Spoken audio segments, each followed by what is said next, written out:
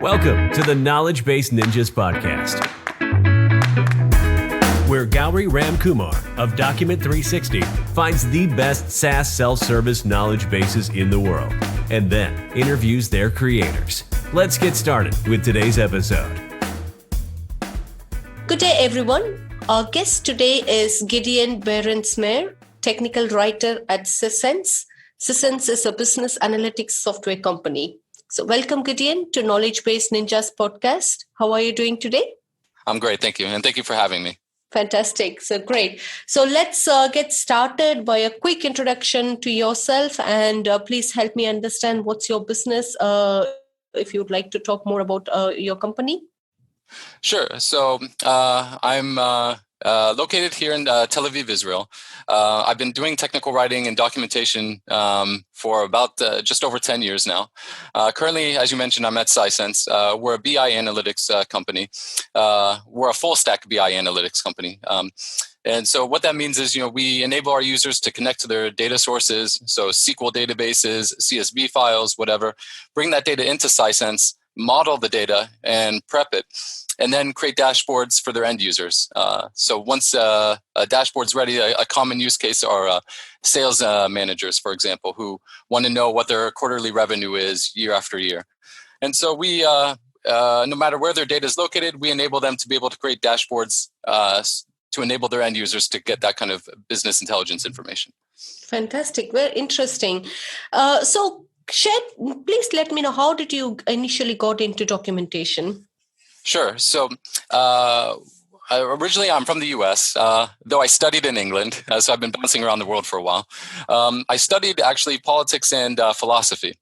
But while I was studying at university, I was also troubleshooting network issues for students for the university. And so I had a bit of a technical background already, and I was studying liberal arts. And so when I came to Israel, Israel has a booming high-tech industry. And so there was a huge demand for technical writers. And given that I had, some like a mixture of, liberal arts and, technical information, it was a natural fit.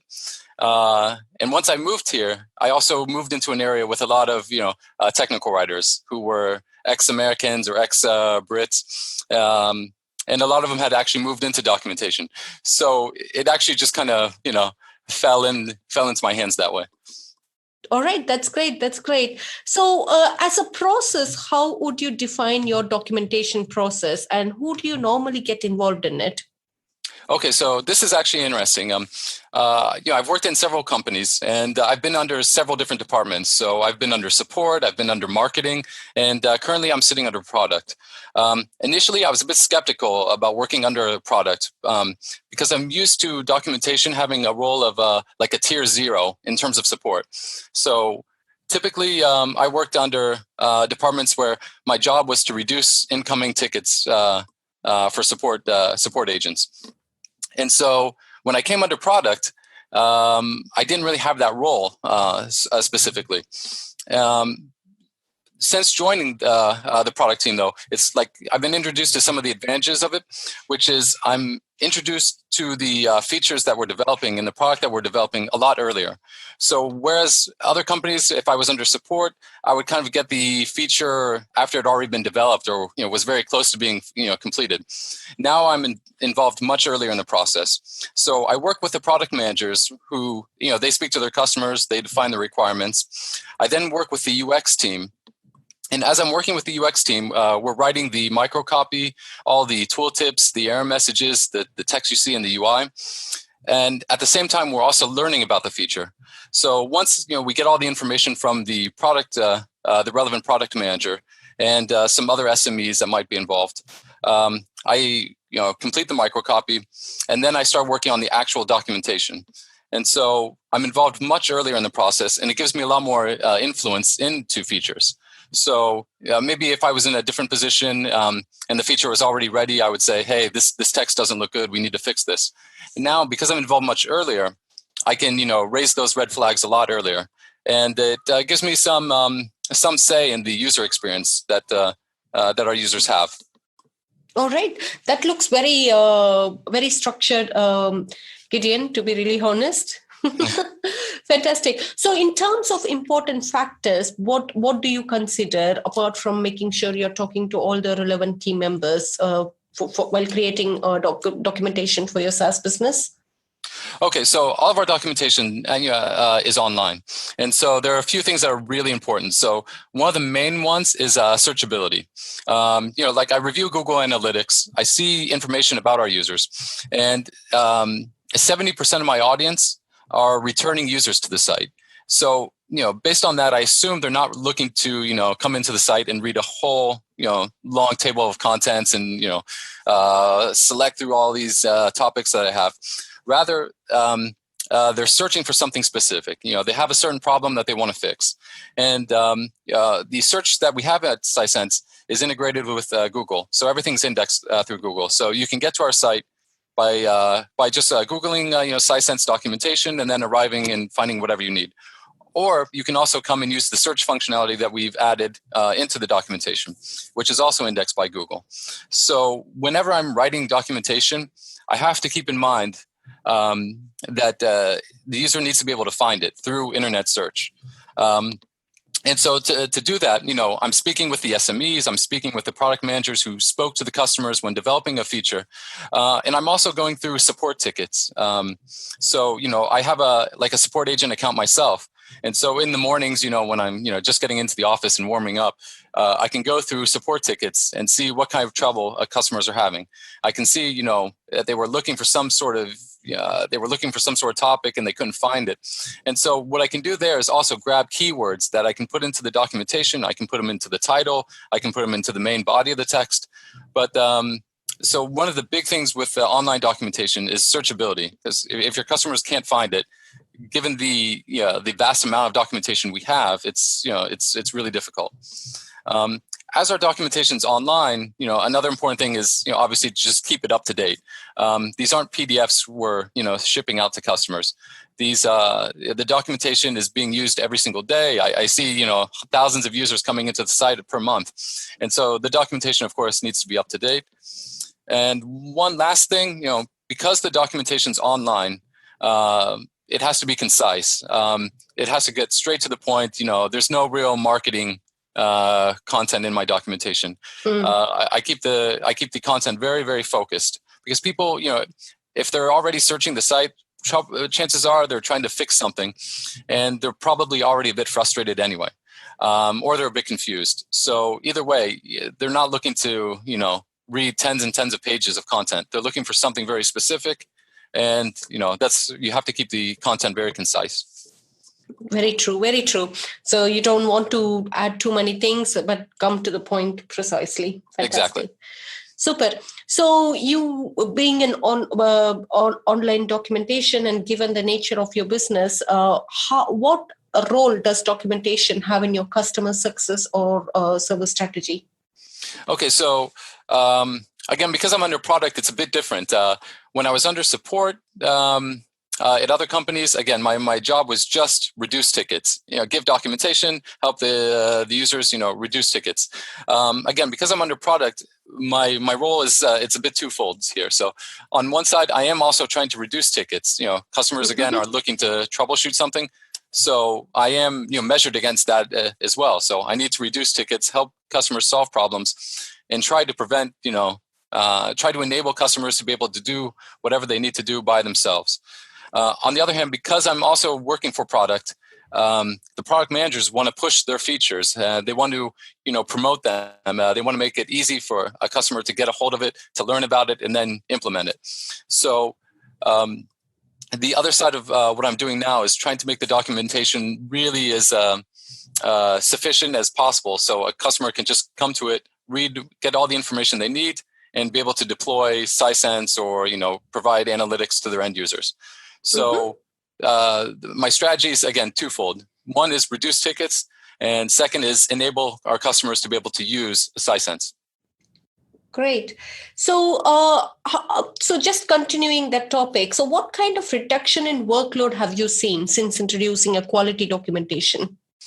Okay, so we just recently started measuring the amount of tickets that are being generated by documentation. So our support agents here at Sisense, they now have flags that they use. So if there's any sort of ticket generated that could have been prevented by documentation, or even worse, that was caused by documentation, those tickets now are flagged. We just implemented this recently, so we haven't started measuring it so much yet. Mm-hmm. All right. In addition, though, my company didn't have. I was the first technical writer here, really, and so a lot of the documentation that was written by developers or written by employees in other departments, and so it was very very topic based.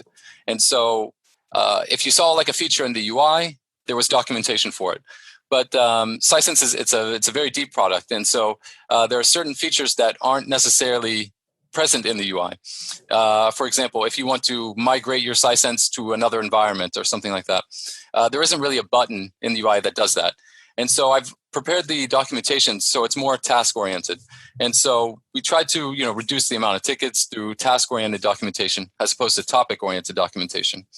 And so since I've been here, we've covered most of those issues and closed those gaps. So right now we're moving on to the more advanced topics that our customers are facing. So very specific, complicated use cases. And now we're trying to, provide or create a content audit and kind of identify where we still have gaps in our documentation. And then we'll take it from there. Fantastic. So how big is your team now? Just out of curiosity. Okay, so at the moment, it's just myself. We used to have another writer who recently left, and so we're currently hiring one more. And then I'm hoping by the end of the year, we'll add an additional writer, so we'll be a team of 3. Oh, fantastic. That's nice. That's nice. So I'm sure this is something you might be thinking as well. So how do you think a documentation team be incentivized? Sorry? Incentivized? How do you think a documentation team could be incentivized? No, I didn't understand. Oh, okay. All right. So, how do you and your team work with the product team? Okay. So the way we previously worked with the product team is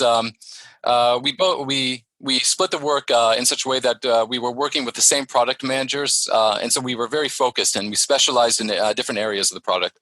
Sisense is a full stack solution, and so we have a lot of different user types. So we have developers who are using Sisense. We have BI analysts who are using using Sisense. We have pretty simple end users who are just wanting to look at dashboards. So there's a lot of different users that use Sisense. And so what we typically did was we split the work between us in such a way that we were specializing in very specific areas. And then, gradually, maybe every 6 months, 9 months, something like that, we would shift so we could mix things up and, not have to look at the same information over and over. It also provided a way to kind of improve the documentation because, once you start looking at the documentation over and over again, it's hard to find your own mistakes. And so by rotating, by specializing and then rotating, it basically kept things fresh. Fantastic. And do you think it is possible to determine a direct ROI from an investment in your knowledge base? So this is actually interesting. I'd never come across this before. But we have some organic traffic that actually comes to Sisense because we're indexed through Google. And so we actually have generated a few customer leads from people who came to the documentation looking for something else, looking for some sort of BI specific term. And then they ended up at our documentation somehow. And they actually converted to Sisense customers. It doesn't happen very often, but, to be able to see documentation generate or turn a lead into a customer is amazing. We've also again, we've tried to see a reduction in the amount of tickets that were generated, but again, we just started measuring that. So it's hard to provide a specific ROI on that, but ideally, if we do see a reduction in tickets, maybe that would lead to a reduction in support engineers that we have. But it will take some time before we get the numbers to really kind of develop that. Absolutely. Well said, Gideon. And how often do you update your documentation, or how often do you think one should update their documentation? Okay, as the documentation's online, I update it quite frequently. I can push several different versions of it, a week, and publish, multiple versions a week. One of the things I did at Sisense was I added a feedback button to all the pages in my site. And so over the last year, I've gotten 600 or so emails, from customers. Now, some of them are small things like, maybe add a comma here, or some of them have been quite large, saying this topic wasn't clear to me. And so through that, I've been able to, improve the documentation. Mm-hmm. Fantastic. Now, you did mention that you do generate organic search traffic because you're indexed in Google. So is there any particular article or category you focus more, or have you seen a pattern there? No, not really. There was one very specific topic that is strictly related to BI called chasm and fan traps. It's a BI topic not specific to Sisense. And some of our customers weren't, it's a data modeling issue. And so we wrote a very short article about it just to help customers, who weren't familiar with it, kind of a best practice article. And so for some reason, we were at the top of Google for it. And we've actually, the two leads that we generated in the documentation came through that article. Fantastic. Great. So I think that kind of takes us to the next round, which is the rapid fire round. So let's start. Who have you learned the most about documentation from in your career? Okay, so right now the big one that comes to mind is Tom Johnson. His documentation blog, I think, is a must read. And when I interview other technical writers, I ask them, what are they looking at when they try to improve their career, when they're trying to advance. And I always ask them, is that one of the blogs you read? Or if they don't know it, I mention it to them, just, even if they don't work with us at Sisense, it's definitely one of the must-read blogs. The information there is there is no value on it. It's amazing. All right, great. So can you share a documentation-related resource you have consumed recently? Okay. One is it's Mark Baker's book called Every Page is Page One. It's topic-based writing for technical communication and the web. So it's a great book. It's designed to help write concise, searchable content. And so the book provides, he has this documentation theory called Every Page is Page One, where customers can, they're supposed to be able to come into your site, get all the information on a single page. So, again, the information has to be searchable. It has to be concise, the kind of things I mentioned earlier. And so his book gives a good description about how to do that and how to implement it into your documentation. Nice. So what is that one piece of documentation related advice you would give to your 20-year-old self? Sure. The best advice is actually something I took from Tom Johnson's blog, which is adding feedback to your documentation. Open as many channels as you can to get feedback from your customers. It's really, because of all these suggestion feedbacks that I've gotten, I've learned so much more about how my customers are using Sisense and how they're using my documentation. And it's really, it's improved my documentation tremendously. On a micro level, my documentation's cleaner, with fewer grammar issues or typos, things like that. And on the macro level, it's helped me, fill in gaps that I had in my documentation. So if I could go back, I would say the first, my 20-year-old self, the first thing you need to do is get feedback from your customers. Do it however you have to, but, you have to open as many channels as you can to get feedback. Fantastic. That's nice. Super. So thank you, Gideon, for sharing your unique experience and your journey. So I would like to highlight a couple of points that we just spoke about your involvement in documentation. So you being a first technical writer, reducing support tickets, and of course making your customers use the product is of your topmost priority, which is very well said. And I really appreciate the way you involve every single team in making your documentation meaningful and useful ultimately to your customers. So it's all very nice to hear. And once again, I appreciate the time you spent with us today. Is there anything else you would like to add to the podcast, Gideon? No, I think you covered it. It was really nice. Fantastic. Thank you. Thank you. Take care.